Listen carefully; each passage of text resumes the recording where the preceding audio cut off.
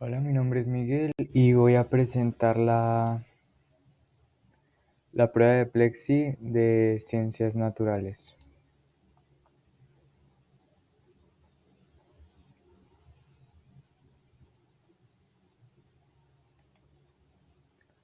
Aceptamos términos de condiciones.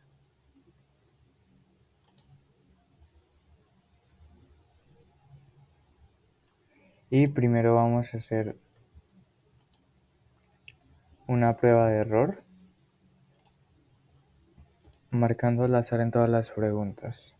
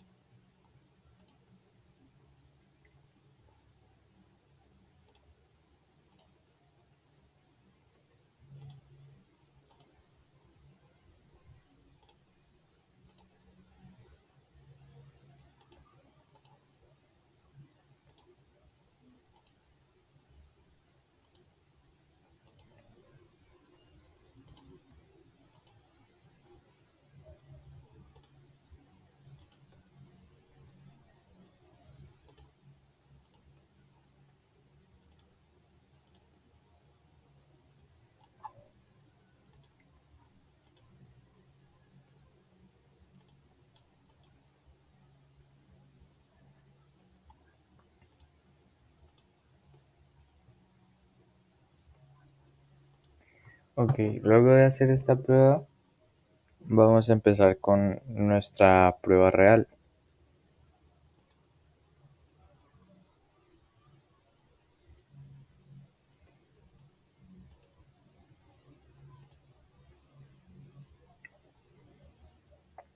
Entonces en la primera tenemos: un equipo de béisbol realiza un entrenamiento en una cancha donde el paso de corrientes de aire es muy poco. En el entrenamiento se utiliza una máquina lanzapelotas que permite ajustar la fuerza con la que se dispara la pelota y medir la fricción que genera el aire a la pelota lanzada, como se observa en la figura. Los datos obtenidos en el entrenamiento se muestran en la tabla. Pues aquí tenemos la tabla. Entonces, si el siguiente entrenamiento se realiza en una cancha donde el paso de corrientes de aire es mayor, lo cual aumenta la fricción que ejerce el aire a la pelota, ¿qué tabla contiene los resultados del lanzamiento en el nuevo entrenamiento?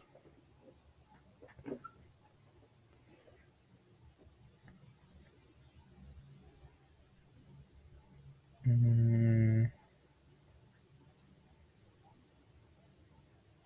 ok, podemos descartar primero la A y la C porque la fricción del aire es menor y pues aquí nos dice que es mayor, entonces ya fácilmente estaríamos entre la B y la D.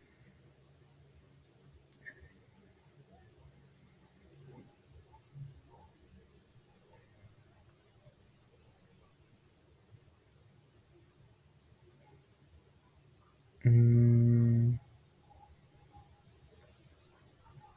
la respuesta es la D, ya que alcanza menos distancia que en la anterior cancha. Debe alcanzar menos distancia porque hay más fricción con el aire, por eso no puede tener pues más distancia alcanzada. Por esto para mí la 1 es la de...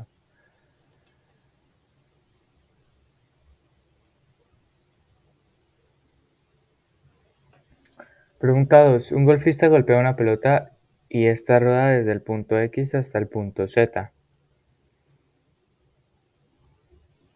hasta introducirse en el hoyo como se muestra en la figura. Durante el trayecto de la pelota, la fuerza normal ejercida por el campo sobre esta es mayor en el trayecto YZ en comparación al trayecto XY. El golfista se pregunta: ¿la fuerza de rozamiento ejercida por el campo sobre la bola es mayor en el trayecto XY o en el trayecto YZ? Él propone la hipótesis de que la fuerza de rozamiento es mayor en el trayecto XY.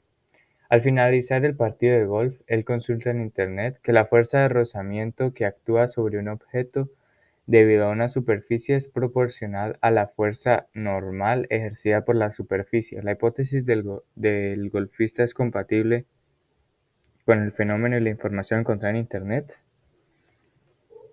Mm,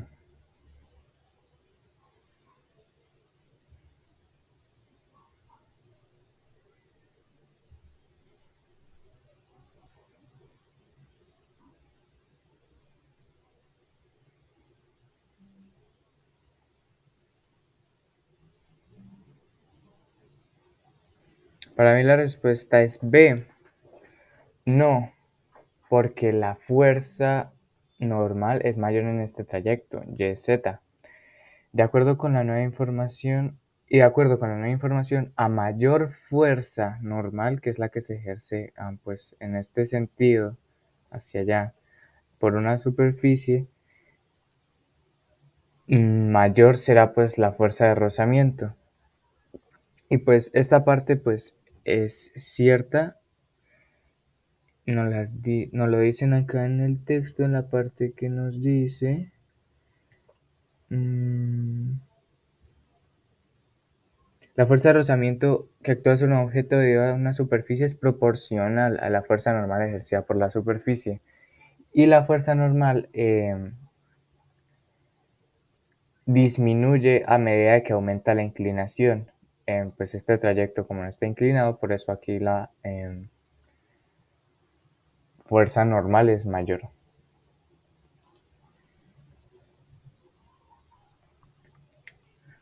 Pregunta 3. El amoníaco, NH3, reacciona con oxígeno, O2, y produce monóxido de nitrógeno, NO y agua, H2O. Las relaciones estequiométricas de la reacción y las masas moleculares para NH3 y H2O se muestran a continuación. Entonces tenemos nuestra reacción y las masas moleculares de estas dos pues, sustancias. Teniendo en cuenta la ley de conservación de la masa, ¿cuántos gramos de agua se producen a partir de 34 gramos de amoníaco y suficiente cantidad de oxígeno? Entonces, si tenemos 34 gramos de amoníaco y una molécula de este pesa 17 gramos, quiere decir que vamos a tener dos moléculas. Vamos a requerir de dos moléculas de amoníaco. Entonces, eso viene siendo la mitad de lo que se usó en la reacción original. Entonces, si a este lado va a ser la mitad, aquí también. Entonces, serían 3 moléculas de agua. Entonces, los gramos, pues serían en total de esas 3 moléculas. Entonces, multiplicamos 3 por 18.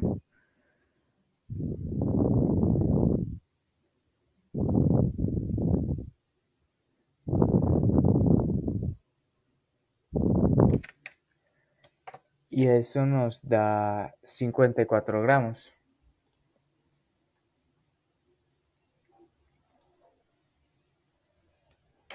Pregunta 4. Para mantener peces en acuarios se debe tener en cuenta el síndrome de tanque nuevo, que se produce cuando los peces mueren envenenados por altos niveles de amoníaco, NH3. Perdón. El amoníaco se produce por la mineralización de los desechos de los peces, el exceso de comida y la descomposición de tejidos animales y vegetales. Una estrategia para disminuir esta mortalidad es asegurar la circulación de estas sustancias a través del ciclo del nitrógeno. ¿Cuál de las siguientes prácticas permitiría que el ciclo de nitrógeno se dé en el acuario? Sacar los desechos, no, porque hay otros factores. Aumentar la población sería, creo que peor, desde mi punto de vista. Favorecer la colonización de bacterias nitrificantes. Eliminar las bacterias. No, la respuesta para mí es la C, ya que las bacterias nitrificantes convierten el amoníaco, si no estoy mal, en nitritos y nitratos. Y estos son como sustancias que no son perjudiciales para los peces. Entonces, esta colonización de bacterias nitrificantes ayudaría pues a que ese amoníaco no afectara pues a los mismos. Pregunta 5. Una persona quiere llegar a la cima de una montaña. Pues acá tenemos nuestra figura, nuestra gráfica. Perdón. En esta situación, la magnitud de la fuerza de rozamiento es directamente proporcional a la magnitud de la fuerza normal, lo que veíamos en el problema anterior. A medida que el ángulo de la montaña θ disminuye, la fuerza normal que hace el pavimento sobre el carro aumenta. ¿Qué le ocurre a la magnitud de la fuerza de rozamiento si el ángulo θ aumenta? Entonces tenemos aquí nuestro ángulo. Imaginemos que aumenta, entonces que digamos quede trazado por acá, ¿no? Entonces pues aumenta.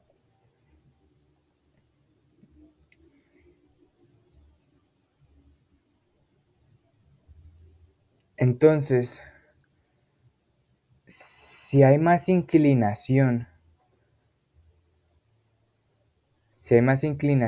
la fuerza normal va a ser menor y al ser directamente proporcional con la fuerza de rozamiento, esta vendría disminuyendo.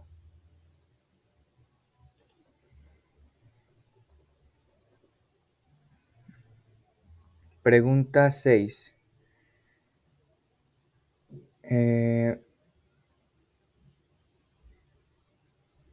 La foto muestra hormigas y pulgones conviviendo en una misma planta. Estas dos especies han convivido en los mismos ambientes por cerca de 100 millones de años. En algunos casos han desarrollado una relación mutualista en que los pulgones alimentan a las hormigas con un néctar que excretan y a cambio las hormigas los defienden de sus depredadores. Con base en esta información, ¿cuál de las siguientes condiciones fue necesaria para desarrollar esta relación? Ok, pues alimentarse las mismas plantas, no, porque esto generaría competencia. Pertenecer ambos al grupo de los insectos, nada que ver. Haber interactuado durante muchas generaciones. Tener depredadores similares. No, lo de tener depredadores similares no es correcto, ya que si la hormiga va a defender al pulgón es porque el pulgón tiene un depredador de la cual la hormiga puede defender. Entonces viene siendo haber interactuado durante muchas generaciones y esto es lo que generaría ese mutualismo y pues se, se generan pues cambios en, en estas especies que los lleva pues como a, digamos, los pulgones a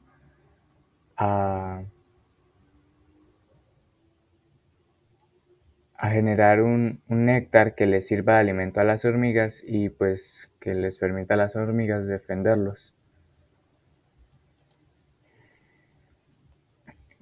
Pregunta 7. Una estudiante quiere saber cuál es la temperatura de ebullición del agua en su ciudad. Para esto, ella mide la temperatura de ebullición del agua con un termómetro de mercurio y mide el porcentaje de humedad con un aparato llamado higrómetro. Ambas medidas las toma en su ciudad. Ella obtiene los resultados que se muestran en la tabla. Temperatura 90 grados centígrados, humedad en el ambiente 42%. ¿Cuántas veces debe repetir la estudiante sus mediciones para confirmar sus resultados? Entonces, la A y la B las podemos descartar de una porque es incoherente que repita el ejercicio en ciudades diferentes si quiere confirmar los resultados en su propia ciudad. Entonces A y B se descartan de una.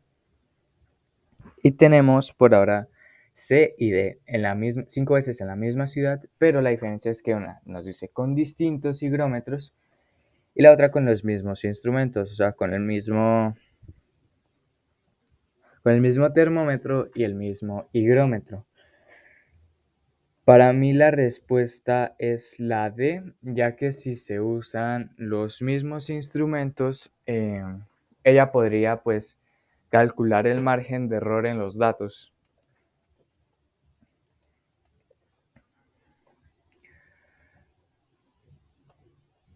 Tenemos la pregunta número 8.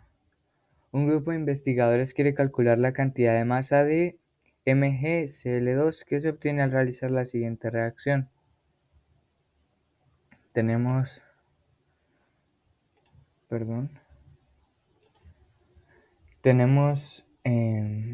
nuestra reacción y nos dicen, para esto utilizan 1 gramo de magnesio y 1 mililitro de ácido clorhídrico, creo que es ese.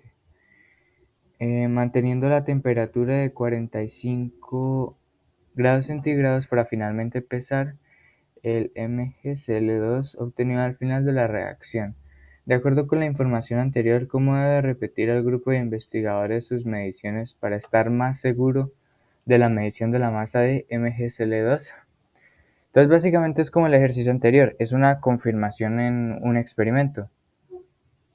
Entonces, usando cantidades mayores de reactivos, no, porque no vendría siendo lo mismo, habría una variación y no es lo que se busca en una confirmación.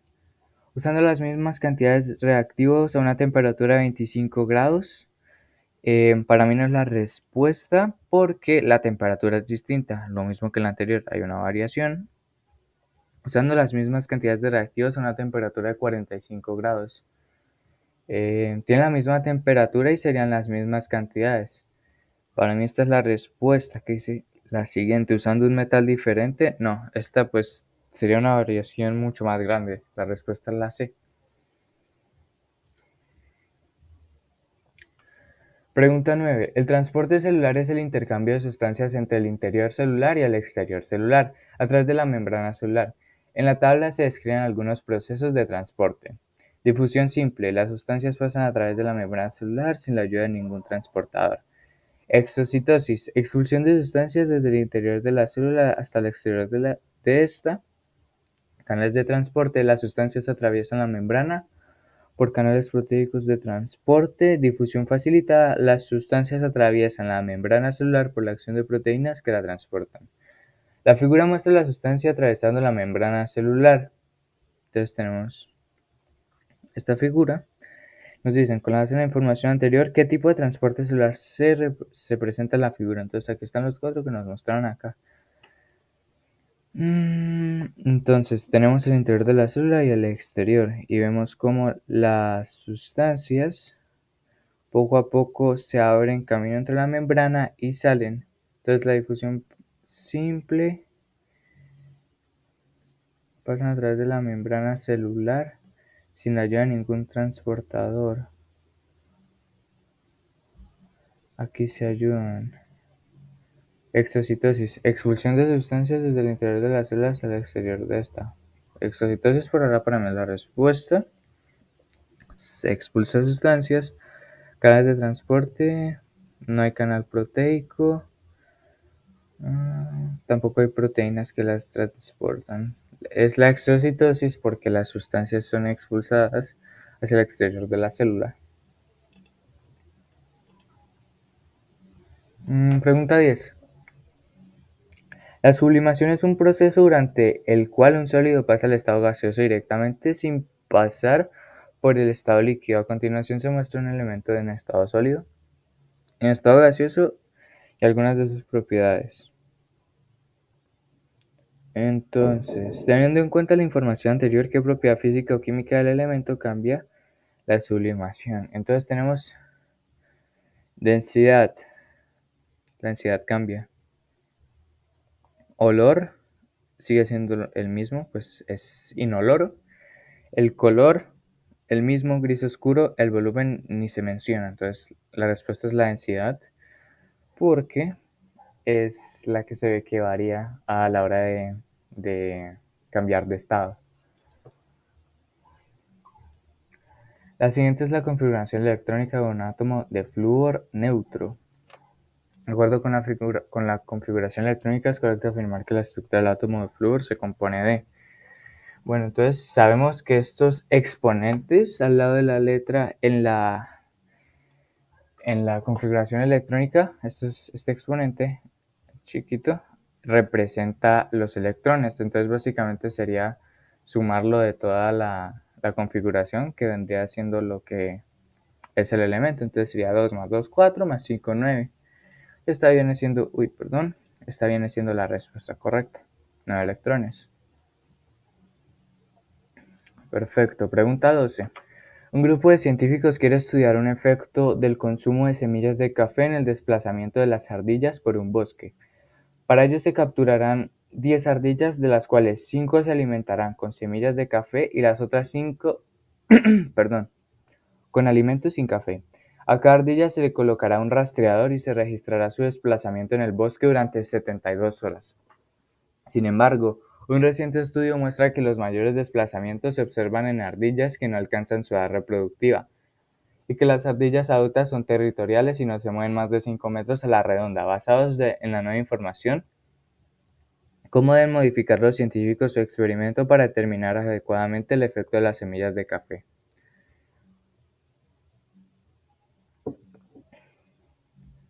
Dejar semillas de café en los árboles donde habitan las ardillas y mirar el tiempo que estas demoran en consumirlas.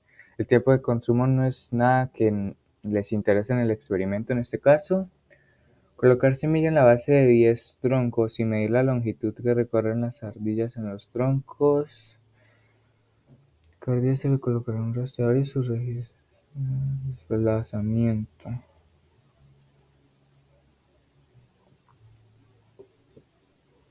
Pero se sigue sin saber cómo. No, la B no es porque sigue estando el mismo problema que en el experimento. Eh, no se sabría cuáles no están en edad reproductiva y cuáles son adultas. Determinar las edades de las ardillas capturadas. Capturar ardillas jóvenes y adultas y encerrarlas.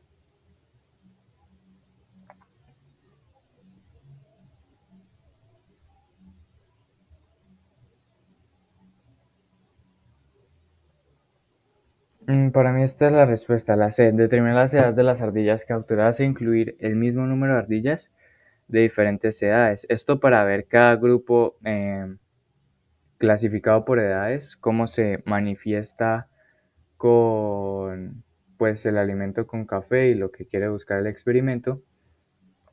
La D no es porque es cierto que las ardillas adultas no se mueven más de 5 metros a la redonda, como nos dice el enunciado, pero no se podría ver el potencial de las ardillas jóvenes, entonces por eso para mí la respuesta es la C. Ok, pregunta 13. En un laboratorio de química se intenta separar dos mezclas mediante una filtración. Técnica que separa sólidos no solubles de líquidos. Una mezcla de agua y sal se filtra sobre el recipiente 1 y otra mezcla de agua y arena sobre el recipiente 2, como se ilustra a continuación. Entonces tenemos agua más sal, filtración, recipiente 1, agua más arena, filtración, recipiente 2. Después de que se realiza la filtración puede afirmarse que, entonces primero debemos saber qué es lo que ya nos queda acá en el recipiente después de la filtración, no aquí ni aquí, sino acá. Entonces, la sal es soluble en el agua, por lo que pasaría la filtración, o sea, al ser soluble pasaría junto al agua y no se filtraría. Entonces el agua y la sal quedarían en el recipiente 1, quedaría igual. El recipiente 2, la arena, en cambio, no es soluble. No es soluble en el agua, por lo que la arena sí quedaría en la filtración y aquí quedaría solo agua. Después de que se realiza la filtración puede afirmarse que los recipientes 1 y 2 contienen mezclas. No, el 2 solo tiene agua. Recipiente 1 contiene una mezcla.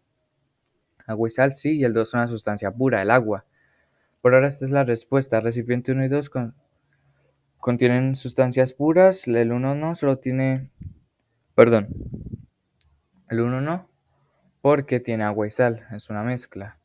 El recipiente uno contiene una sustancia pura y el 2 una mezcla, hasta al revés. Entonces la respuesta es la B. Ok, pregunta 14. Dos estudiantes leen en un libro que entre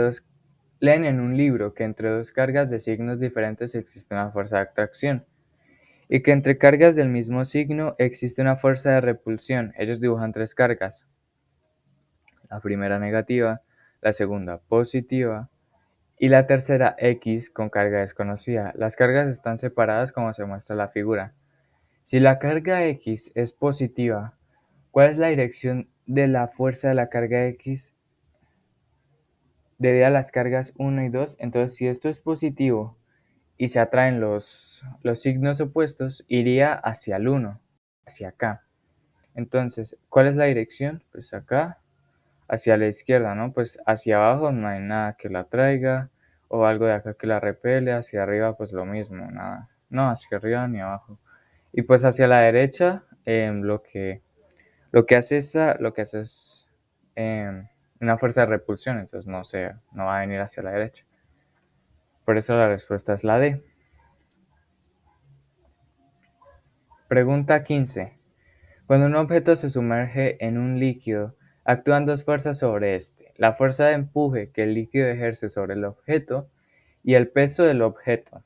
Dos estudiantes observan que cuando sumergen una bola de tenis y una bola de billar en la piscina, la bola de billar se hunde y la bola de tenis flota. Las fuerzas que actúan sobre las dos pelotas sumergidas se muestran en la figura. Ok. Tenemos aquí nuestros diagramas. Y el enunciado como tal dice: los estudiantes saben que la fuerza de empuje es mayor que el peso. Ok, tenemos que perdón, la fuerza de empuje es mayor que el peso si la densidad del líquido es mayor a la densidad del objeto. ¿Cómo son las densidades de la bola de tenis y billar respecto a la del agua? Entonces, fuerza de empuje mayor que el peso.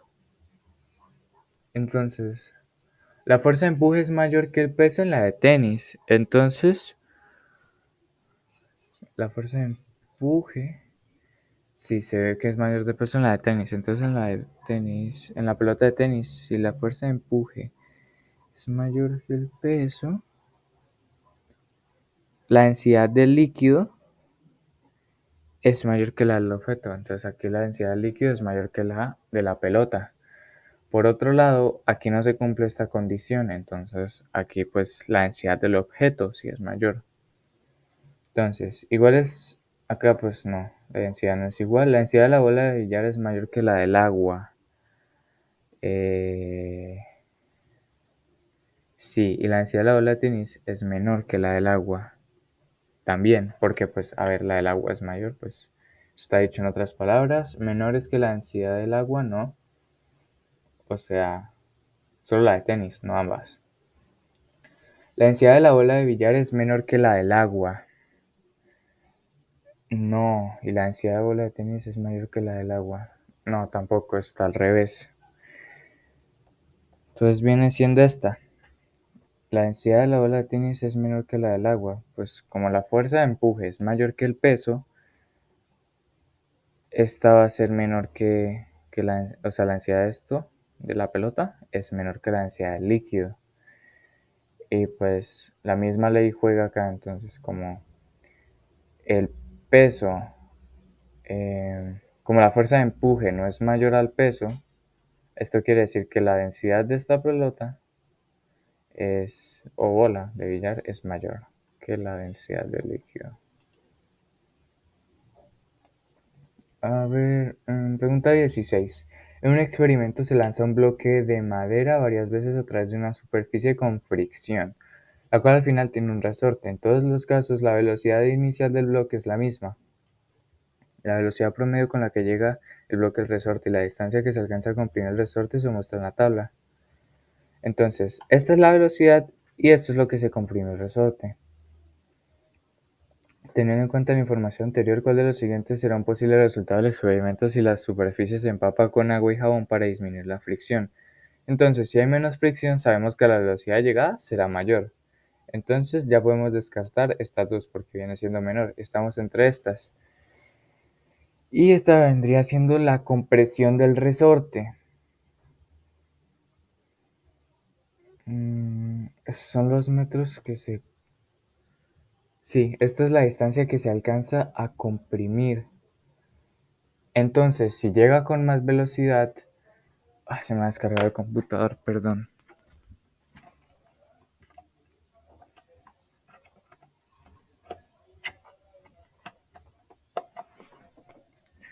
Listo. Entonces, si llega con más velocidad, pues la compresión va a ser mayor, porque va a llegar como con más fuerza al resorte, sí, lo va a comprimir más, por eso para mí esta es la respuesta. Básicamente, la compresión es directamente proporcional a la velocidad de llegada, ¿sí? Digo, la velocidad de llegada es directamente proporcional a la compresión porque pues entre más velocidad de llegada, más se va a comprimir el resorte.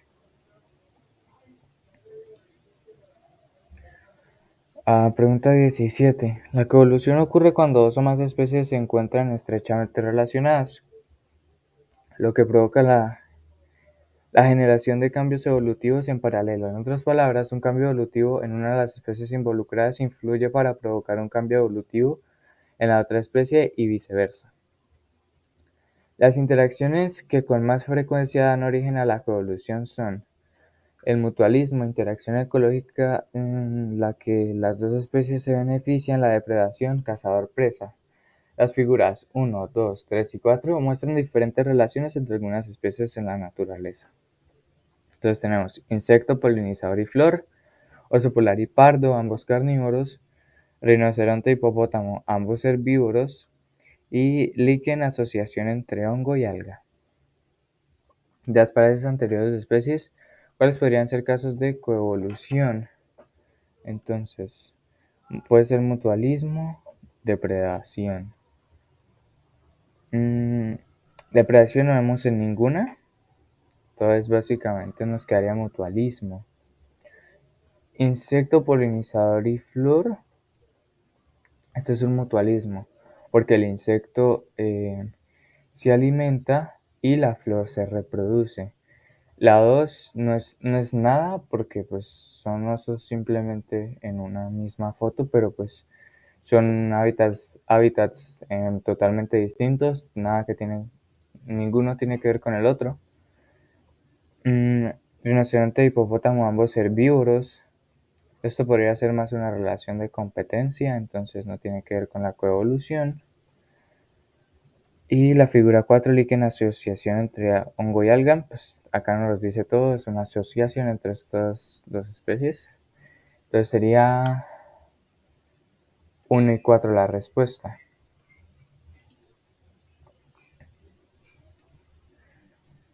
Pregunta 18. Un motor de gasolina, como el que usan los automóviles, es una máquina que convierte energía química proveniente del combustible en energía cinética o de movimiento. Estos motores tienen una eficiencia del 25%, es decir, por cada 100 joules de energía química, 25 joules se convierten en energía cinética. El resto se transforma en otros tipos de energía. Si el automóvil de la figura viaja en una carretera horizontal, ¿en qué se transforma la mayoría de energía no utilizada para mover el automóvil? La energía potencial gravitacional. No, porque La energía potencial tiene que ver con la altura y es como opuesta a la cinética. Si hay energía cinética, sí, no va a haber pues como em, potencial si está en horizontal. Entonces, pues esta la descartaría. Energía lumínica, para mí tampoco es la respuesta, porque pues no viajan como con los faros prendidos todo el tiempo. La energía calórica, para mí es la respuesta, porque la energía elástica, pues no se puede como apreciar en alguna parte porque no hay como eh, energía como transformada gracias a algún objeto elástico o algo por el estilo. Entonces sería la energía calórica y pues lo podemos presenciar en lo cotidiano, ¿no? Si vamos manejando, pues el carro en ciertas partes se recalienta. Esa vendría siendo la energía que se transforma.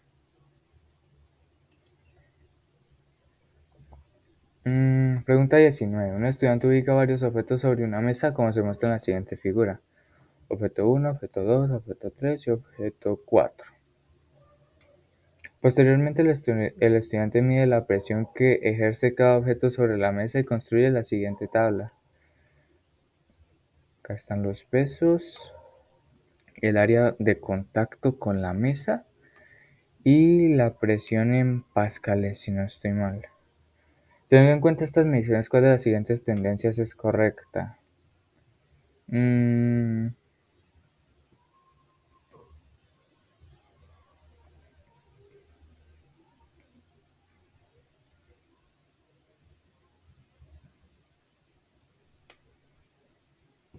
ok, ok, vamos a ver.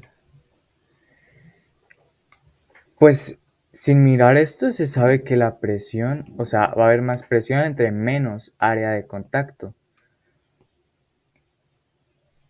Y digamos estas dos tienen la misma área de contacto, pero esta tiene más presión porque tiene más peso. Entonces, entre más peso, menos área de contacto, más presión. Entonces, ¿la presión aumenta al disminuir el peso? No. ¿La presión aumenta al aumentar el área de contacto? No. ¿La presión aumenta al disminuir el peso? No. ¿La presión aumenta al aumentar el peso o disminuir el área de contacto? Esta es la respuesta y pues ya expliqué, pues más peso, más presión, menos área de contacto, más presión. Y creo que esta es la última pregunta. Pregunta 20. Uf, a ver, voy a tomar un poco de agua, perdón. El color de los vinos es una de las características de calidad más importantes en los procesos de producción. Su color depende del tipo de fruta que se fermentó para la obtención del vino y de los pigmentos que contienen estas frutas. A su vez, el contenido de pigmentos en el vino puede variar según el proceso de producción y la manera como se lleva a cabo cada una de sus etapas. En general, para comercializar cualquier vino actualmente, el proceso debe cumplir las siguientes etapas: selección de la fruta, prensado, fermentación o añejamiento, filtración y envasado. La última etapa debe realizarse en recipientes lavados y desinfectados previamente. La adición de enzimas como pectinasas y gluconasas durante la producción de vino es una práctica común en algunas empresas productoras de vino, la cual ha demostrado mejor la extracción, la cual ha demostrado mejorar la extracción de pigmentos como las frutas y cambiar la intensidad del color que se mide con equipos especializados. Un comerciante compra dos viñedos en dos municipios lejanos entre sí y tiene la hipótesis de que los vinos fabricados en estos dos municipios distantes van a tener la misma cantidad de pigmentos porque se elaborarían con un mismo tipo de uva. Al buscar información, el comerciante encuentra que existen estudios en los que el número de pigmentos que producen los frutos de una misma planta varían, de acuerdo con la cantidad de agua con la que se riegan las plantas mientras se desarrollan, de acuerdo con la anterior que debería hacer el comerciante con su hipótesis. Mm, Cambiarla porque condiciones ambientales como la cantidad de agua en el suelo o el uso de temperatura en variar entre los municipios, lo cual produce cantidad de pigmentos generados sea distinto. Mantenerla porque la cantidad de pigmentos responsables del color depende únicamente del número de etapas. No, el número de etapas va a ser el mismo. Y el tipo se supone que es el mismo, solo que en municipios distintos. Esta no. Cambiarla porque las uvas posiblemente no desarrollarán pigmentos si no se cultivan en el mismo viñedo.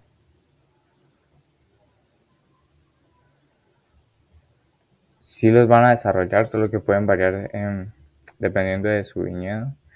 Mantenerla porque todos los vinos deben tener una cantidad similar de pigmentos, siempre y cuando pasen por la etapa de fermentación. Esto tampoco es correcto, es incompleto y sin sustentación. Por eso para mí la respuesta es la cambiarla. Y es claro, porque condiciones ambientales como la cantidad de agua en el suelo, como nos dice, y estos otros factores como luz, temperatura, pues como son municipios distantes, obviamente va a ser distinto y va a ser variar pues los resultados de pigmentación pues, de la fruta en el vino. Y creo que con esto terminamos la prueba. Efectivamente. Y pues tuvimos un 10. Muchas gracias por su atención.